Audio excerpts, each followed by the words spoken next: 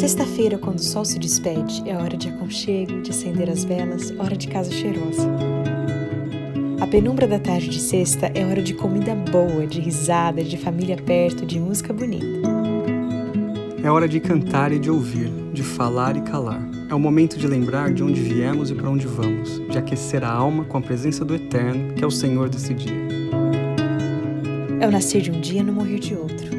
É a lembrança, a herança e a aliança que nunca morre.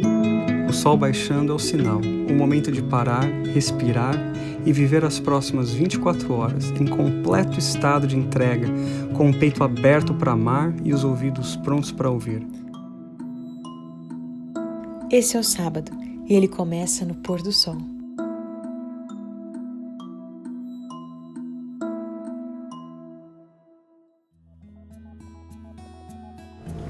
Feliz sábado, bem-vindos a mais um Pôr do Sol. Muito bom ter você com a gente mais uma vez.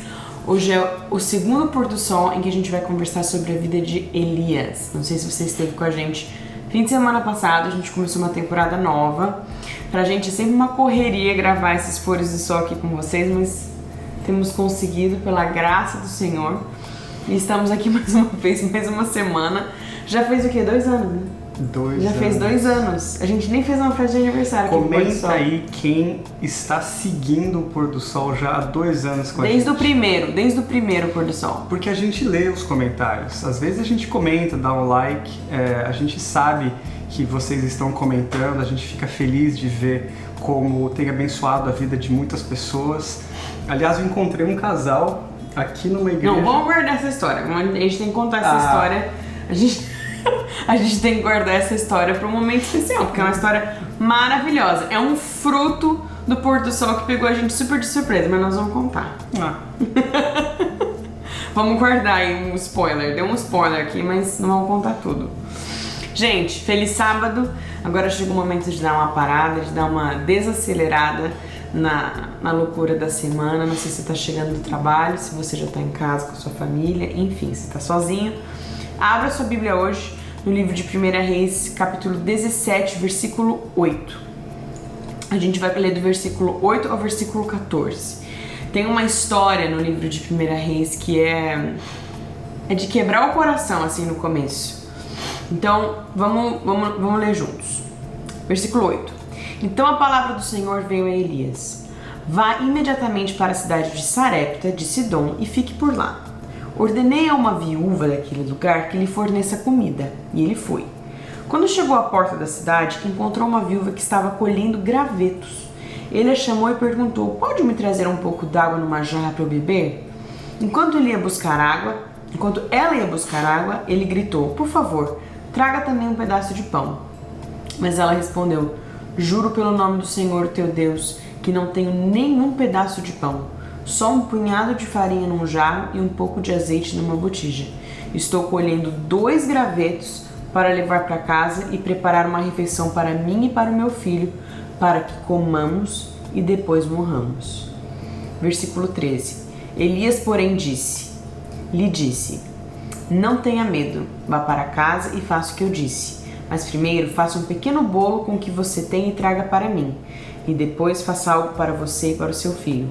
Pois assim diz o Senhor, o Deus de Israel: a farinha na vasilha não se acabará e o azeite na botija não se secará até o dia em que o Senhor fizer chover sobre a terra. Uau! Ok, muitas coisas aqui nessa história que pra mim é poderosíssima. Dá até um arrepio de ler isso, agora que eu sou mãe, pensar em passar necessidade nesse nível de saber que você vai preparar uma última refeição e vai morrer. E tá conformada com isso. Só que, quando o profeta pede ajuda, ela não sai reclamando da vida, ela tá ali, tá conversando, tá querendo ajudar, mas explicando: olha, não tá dando. Só um pano de fundo, então, para a história, né? A gente comentou com vocês no último Pôr do Sol. Elias, ele se posiciona diante do rei Acabe com uma promessa de Deus, porque o povo de Israel, dirigido pelo rei Acabe, que era casado com uma mulher chamada Jezabel, que havia introduzido o culto, o paganismo para o povo de Israel. O povo de Israel agora começou com seu coração dividido, eles estavam adorando a ídolos. Então Elias, vendo essa situação, ele se encontra com o rei Acabe e dá ao rei Acabe uma notícia que na verdade nada mais é que uma promessa que a gente leu com vocês lá do livro de Deuteronômio, onde Deus havia falado para o povo de Israel, quando eles fizeram uma aliança. Deus havia dito ao povo de Israel: olha, se vocês seguirem os meus mandamentos, se vocês seguirem a nossa aliança, eu vou ser o Deus de vocês, vou cuidar de vocês, das necessidades de vocês. E ele dá uma lista de bênçãos. E ele também diz: mas se vocês decidirem quebrar a aliança, aqui tem uma lista de consequências que irão acontecer no povo, com o povo. Então, Elias nada mais fez com o rei Acabe do que lembrar o rei sobre a aliança. E ele diz: olha, como você sabe, essa aliança diz que se o povo fizer assim, e se você continuar liderando o povo dessa maneira, não vai chover. E o solo vai se transformar como ferro, o céu como bronze, e não vai chover sobre a terra. E começa então, essa profecia começa a se cumprir. Deus leva então Elias para o riacho de Querite. E a gente conversou sobre isso. A gente falou sobre isso. Riacho de Querite é o lugar de corte. Então agora ele, o profeta, começa a ser lapidado por Deus, para confiar mais em Deus, porque a tarefa que Elias vai exercer é uma tarefa de extrema necessidade, que é necessário um homem de muita fé. E ele aí é alimentado por corvos. E aí começa então um processo de crescimento da fé de Elias. Quando a Bíblia diz que chega um momento que seca o riacho, e os corvos que estavam trazendo comida também param de trazer. Naquele momento, Elias também recebe mais uma vez agora de Deus uma outra ordem. Sai daqui e vai para Sarepta. Sarepta era quase que 200 quilômetros de onde era Querite. Agora imagina, 200 quilômetros a pé. Não tinha água e não tinha comida. Deus sustentou esse homem por 200 quilômetros. Outra coisa, Elias estava sendo procurado pelo exército de Israel. O rei Acabe estava procurando Elias em todos os lugares porque ele queria que Elias desfizesse a profecia. E eles estavam procurando Elias. Elias era o mais procurado na terra. Então, só de ele sair de Querite para ir para Sarepta já era um risco. Agora, ele atravessa esse deserto sem comida, nada, sem água, sem nada. E ele chega nessa cidade, nesse povoado, e se encontra com essa mulher que está numa situação, como você descreveu aí, pior que de total desespero. Ela acordou e tudo que ela tinha era um punhado de farinha, um pouco de azeite, e ela conseguiu pegar alguns gravetos. Ela não pegou mais gravetos porque não faltava graveto. Se não estava chovendo, graveto não era o problema. Ela só não pegou mais porque ela pensou: para que eu preciso de mais? Eu não vou fazer uma fogueira, eu preciso só de uns gravetinhos porque eu só preciso de um pouco de fogo. Isso simbolizava que ela não tinha esperança alguma de que algo iria acontecer. Mas aí chega o profeta. E é muito interessante, porque quando a gente chega com a palavra de Deus, quando nós somos ungidos por Deus, e nós entramos com uma promessa de Deus na vida das pessoas que não têm esperança nenhuma, nós que conhecemos a Deus, que estamos vivendo sobre as promessas de Deus, nós vamos trazer vida para as pessoas que estão necessitadas. E Ele traz então essa esperança para o coração dela. Só que para que haja um milagre, é necessário que haja fé. É necessário que ela, primeiramente, confie em Deus. E ela, então, é testada. Elias diz para ela: olha, eu sei que você acha que acabou e você não tem esperança. Aparentemente, o que está acontecendo na sua vida agora não tem solução. Mas se você acredita no meu Deus, eu quero te dar uma promessa. Ele está dizendo que se você acreditar, não vai faltar. Sabe que é interessante também? Que Elias, ele propõe que ela o sirva. Sim. Depois sirva, né, a ela e ao filho dela. E ela explica a situação e ele fala assim: não, vamos seguir o plano. Pode me servir. Sim. E pode preparar a refeição para você e para o seu filho. Ou seja, não fica com medo de me servir. Ele diz para ela algo que nós devemos... e na verdade, por toda a Bíblia existem essas promessas. Lá em Mateus capítulo 6, versículo 33, por exemplo, diz: buscai primeiramente o reino de Deus e todas as outras coisas vos serão acrescentadas. Naquele momento, o reino de Deus para essa mulher simbolizava ela servir aquele profeta.